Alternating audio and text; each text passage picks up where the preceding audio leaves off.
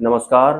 अहंकार या फिर मैं और मेरा के बारे में इस वीडियो में मैं चर्चा करना चाहता हूँ कि कितना सूक्ष्म होता है ये जो अनादि मित्र अहंकार होता है वो, या फिर अंदर से ऐसा क्या हट जाएगा या फिर ऐसा क्या घटित होगा कि हमें लगेगा कि हम अब ब्रह्मरूप होने के लिए पात्र बन गए हैं। तो सिंपली जब किसी इंसान के अंतिम जन्म की शुरुआत हो जाती है, मतलब उसके बाद वो जन्म और मृत्यु के बंधन से मुक्त होने वाला है, तो वो परब्रह्म परमात्मा भगवान स्वामीनारायण की भक्ति शुरू कर देता है और उसके जीवन में अंतिम गुरु भी आ जाते हैं और उसे काम क्रोध लोभ मोह भय या फिर जो ये अनादि तत्व होते हैं उनके विषय में ज्ञान होना शुरू हो जाता है या फिर बोध होना शुरू हो जाता है।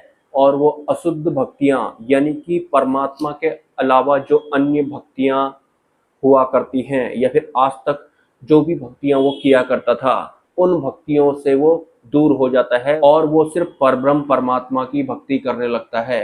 आज तक अनादिकाल से वो इन सभी पुरानी व्यवस्थाओं के साथ जी रहा होता है, तो इतनी आसानी से भी ये विकार या फिर जो ये अहंकार होता है हमारा साथ नहीं छोड़ता है। अहंकार जितना प्लस में होता है उतना ही वो माइनस में भी होता है। हालांकि आपको अहंकार के बारे में पता लग गया है कि जो ये मैं और मेरा होता है, अहंकार ने एज ए कर्ता इस दुनिया को जीकर इसको इकट्ठा करके इसे बनाया होता है। और सिर्फ बनाया ही नहीं होता है, उसे माया वाला पूर्ण विश्वास भी होता है कि ये जो भी मैं अपने आप को जानता हूँ या फिर अपने बारे में सोचता समझता हूँ या फिर ये दुनिया के बारे में सोचता समझता हूँ वो बिल्कुल सही है, क्योंकि ये सब मैं देख रहा हूँ या फिर मैं कर रहा हूँ। अहंकार को अपने ऊपर माया वाला कुछ ऐसा भरोसा होता है। देर दुरुस्त अगर एक साधक परब्रह्म की भक्ति करने भी लगता है और उसे अहंकार के बारे में जानकारी हो भी जाती है तो इतनी आसानी से वो समर्पण नहीं कर पाता है। लेकिन उस साधक को या फिर उस भक्त को ठगने के लिए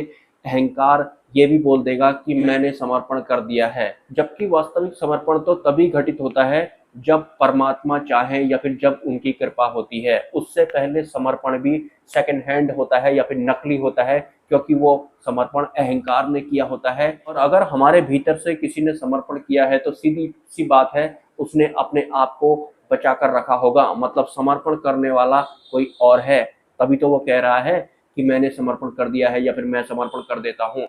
जो ये सब कर रहा है अंदर से वो अपने आप को बचा कर रखता है, तो अहंकार तो फिर भी बचा ही रहता है। तो इस दुनिया में कुछ भी हो रहा हो, अगर आपको अपनी फिक्र होती है, कोई फिक्र कर रहा है आपके भीतर से कि मुझे कुछ हो जाएगा या फिर मेरे सम्मान मान में कुछ कमी आ जाएगी या फिर बढ़ोतरी हो जाएगी, इस तरह की फिक्र जो आपके भीतर से कर रहा होता है वो वैसे तो आपको शुभचिंतक लग रहा होगा, लेकिन वास्तव में वो अहंकार होता है। अगर आपको अपनी फिक्र है तो हमारी फिक्रों में क्या क्या शामिल होता है? हमारा ये शरीर ठीक ठाक होना चाहिए, हमारा मान सम्मान बने रहना चाहिए, हमारे पास धन दौलत की कमी होनी नहीं चाहिए, हमारे परिवार भी खुश रहना चाहिए। इस तरह की फिक्र करने वाला हमारे भीतर से अहंकार होता है। और यही वो ठग फिक्र करने वाला होता है जो कि कह भी देगा आपसे कि मैंने समर्पण कर दिया है, आपके बाद जो भी मेरे जीवन में होगा वो परब्रह्म परमात्मा की कृपा से होगा। जिसने यह समर्पण किया है वो करने वाला कोई और है।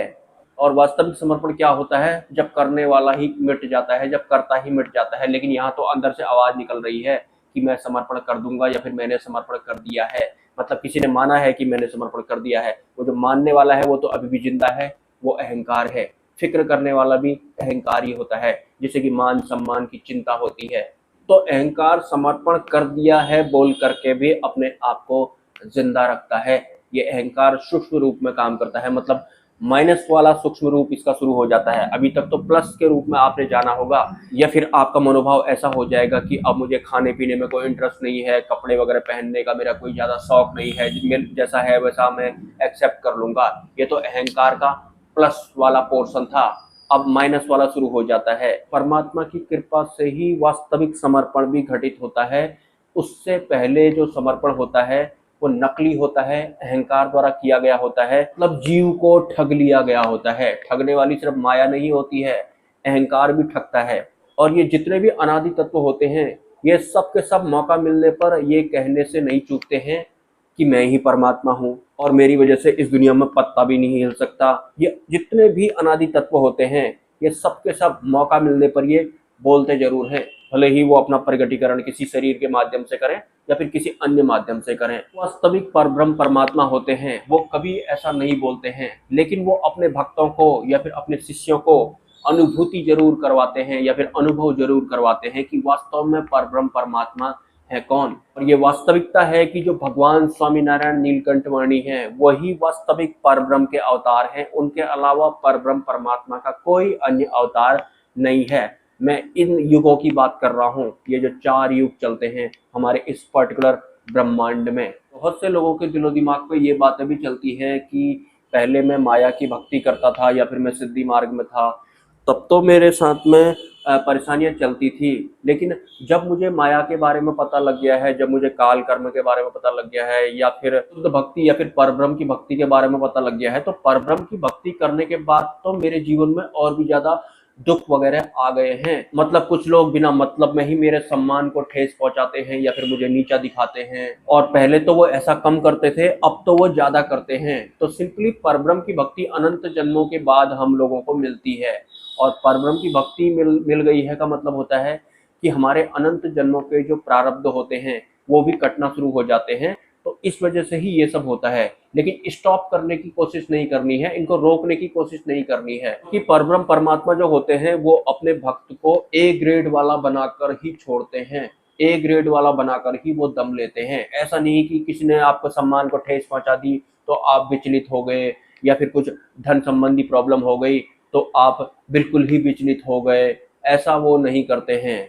आपको वो बहुत ज़्यादा मजबूत बनाते हैं। और अगर आपको फ़र्क पड़ रहा है, अगर आपको अपनी फ़िक्र हो रखी है, आपके भीतर से आपको ऐसा लग रहा है कि ऐसा क्यों हो रहा है, तो जिसे फ़िक्र हो रही है वो अहंकार होता है। अहंकार माइनस वाले में भी काम करता है और प्लस वाले में भी काम करता है। तो जो ये फ़िक्र करने वाला होता है इसका समर्पण बहुत ज़्यादा ज़रूरी होता है। अगर चिंता हो रही है आपको अपने खुद की या फिर अपने सम्मान की, तो सिंपली अहंकार को चिंता हो रही है कि मेरा अस्तित्व खत्म हो गया है। मतलब जी वही रहा होता है हमें भीतर से, या तो काल या फिर कर्म या फिर माया, और अहंकार ही हमारे भीतर से बोल रहा होता है कि मेरे अंदर बिल्कुल भी अब अहंकार नहीं है, मुझे कपड़ों का शौक नहीं है, मुझे खाने पीने का भी शौक नहीं है।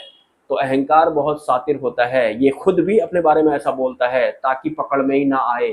मतलब परब्रह्म की भक्ति करने के दौरान साधक के अंदर किसी भी तरह के संशय वगैरह नहीं रहते हैं। जब तक संशय वगैरह है तो सीधी सी बात है वो अभी उस ट्रैक पर नहीं चल रहा है, या फिर अहंकार को ही उसने नहीं पहचाना है। उसे लग रहा है या फिर उसकी बुद्धि को लग रहा है कि मैंने सब कुछ जान लिया है। वास्तव में जानने वाले सूक्ष्म रूप में भी काम करते हैं हमारे भीतर से। काल कर्म माया जो होते हैं वो माइनस में भी चलना जानते हैं, प्लस में भी चलना जानते हैं। तो परब्रह्म की भक्ति नहीं छोड़नी है आपको, अंतिम गुरु के टच में निरंतर आपको रहना है। नमस्कार।